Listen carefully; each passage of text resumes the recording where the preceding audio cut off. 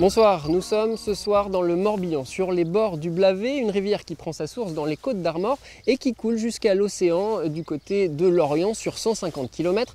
C'est aussi la frontière naturelle à l'ouest des Landes de Lanvaux, une rivière qui traverse de nombreux sites remarquables, notamment sur la commune de Bieuzy où nous nous trouvons, des sites que nous allons découvrir tout de suite. Et la meilleure façon de découvrir ces sites, c'est encore le canoë, surtout si l'on est accompagné par un bon guide, comme celui qui est avec moi, monsieur Léon Quiré, le maire de Bieuzy, avec qui nous allons faire la balade. Ça me rappelle mon adolescence, quand je faisais du kayak. On partait de Pontivy, on allait jusqu'à Hennebont. C'est impressionnant là, le relief. Ah oui, ici on a donc... sur notre droite, on a le site de Castenec, donc c'est un promontoire rocheux qui est entouré par le Blavet. C'est le Blavet qui a creusé ça en fait. Oui, oui, il fait le tour du rocher et donc on a une boucle de 3 km. On va s'arrimer là, je suppose. Il y a combien d'écluses là sur cette... On aura donc l'écluse de Saint-Nicolas, plus l'écluse de la Couarde, et on ira jusqu'à l'écluse de Gamblaine. Bon, ça y est, on nous a ouvert les portes. Hein. Merci monsieur. Voilà. Donc là, vous me disiez, on est à côté d'un camp romain? Oui, effectivement, les Romains ont été présents ici environ 2 siècles. Il faut savoir que nous sommes en présence d'une ancienne voie romaine qui bifurquait au nord de Castenec. Donc on avait Vannes-Carhaix et Vannes-Saint-Brieuc, Corsol. À l'époque, ça s'appelait Corsol. Donc là, on est devant cette fameuse chapelle de Saint-Gildas.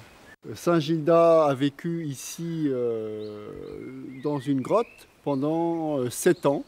Avant de rejoindre Saint-Gildas de Rhuys, où il a créé par la suite une abbaye. Et alors sous cette chapelle, il y a un étrange rocher avec de l'eau qui coule. Oui, on a une fontaine effectivement dans cet endroit. Et cette fontaine a la particularité de rendre fertiles les femmes qui ne pouvaient pas avoir d'enfants.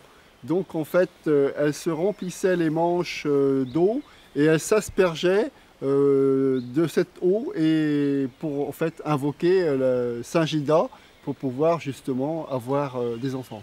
Eh bien, on va se quitter sur cette légende. Merci beaucoup en tout cas Léon Quiré pour cette visite. Et ici, sur cette butte de Castenec, au Moyen-Âge, il y avait un seigneur qui avait par ailleurs des terres à quelques kilomètres d'ici, à Melleran. Et c'est là que l'on a découvert un village, le village de l'an 1000, que nous avons visité.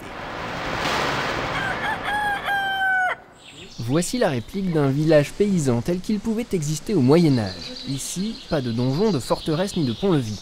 Simplement quelques chaumières. Elles ont été construites à partir de l'observation des vestiges découverts tout à côté par un archéologue en 1902.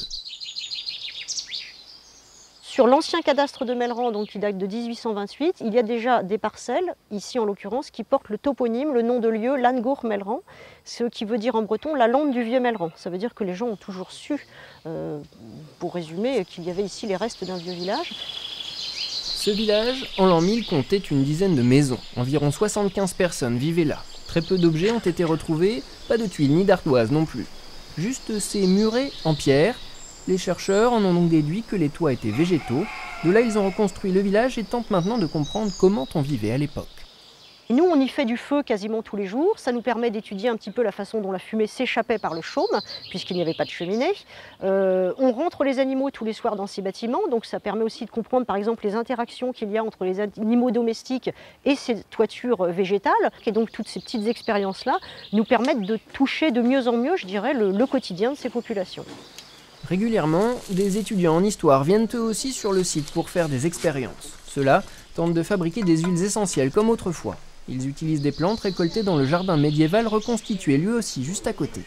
Il y a beaucoup de plantes médicinales qui servaient à se soigner, puisque c'était le seul moyen pour ces populations-là d'essayer d'avoir un moyen de guérir des maux qui pouvaient les atteindre. Et près du jardin, on trouve également des races d'animaux proches de celles qui devaient être présentes sur le site en l'an 1000. Une reconstitution globale qui a permis de mieux comprendre la vie des paysans au Moyen-Âge. Et ces vestiges datent donc du Moyen-Âge, mais on trouve parfois des restes bien plus anciens. En 1970, un habitant de Beau, tout à côté, a même voulu ouvrir un musée à partir de tous les restes archéologiques qu'il avait trouvés dans les forêts alentours. Regardez. Le Morbihan, le saviez-vous, recèle des richesses de la préhistoire. Ainsi, après Cléguérec, c'est Beau qui est le théâtre justement d'une découverte insolite. Amoureux de la préhistoire, M. Mao, président du syndicat d'initiative de Beau dans le Morbihan, donc, poursuit ses recherches avec une ardeur inlassable. L'an dernier, en forêt de Camors et à travers les landes de Lanvaux, ses recherches, effectuées avec des amis sur une grande échelle, l'ont amené à découvrir à proximité de dolmens et de menhirs des haches de pierre et différents outils mégalithiques, comme par exemple la massue sacrée Envente Mel Beniguet. Il s'agit d'un boulet béni dont on se servait pour abréger les souffrances des agonisants à l'époque. Au-delà de ces découvertes, M. Mao a une ambition bien sympathique, créer un musée à Beau où déjà une collection d'une vingtaine de pièces préhistoriques n'attend plus qu'un hall d'exposition. En attendant, cette collection a été présentée hier soir à l'hôtel de ville de Beau, donc, où Jean-Marc Calais donnait une conférence sur le thème « Brocéliande et la forêt bretonne ». Et ce musée aujourd'hui n'existe plus, les outils préhistoriques ont probablement été répartis dans d'autres collections. Voilà, c'est la fin de cet itinéraire Bretagne, un itinéraire Bretagne que vous pouvez bien sûr retrouver sur notre site internet. Très belle soirée.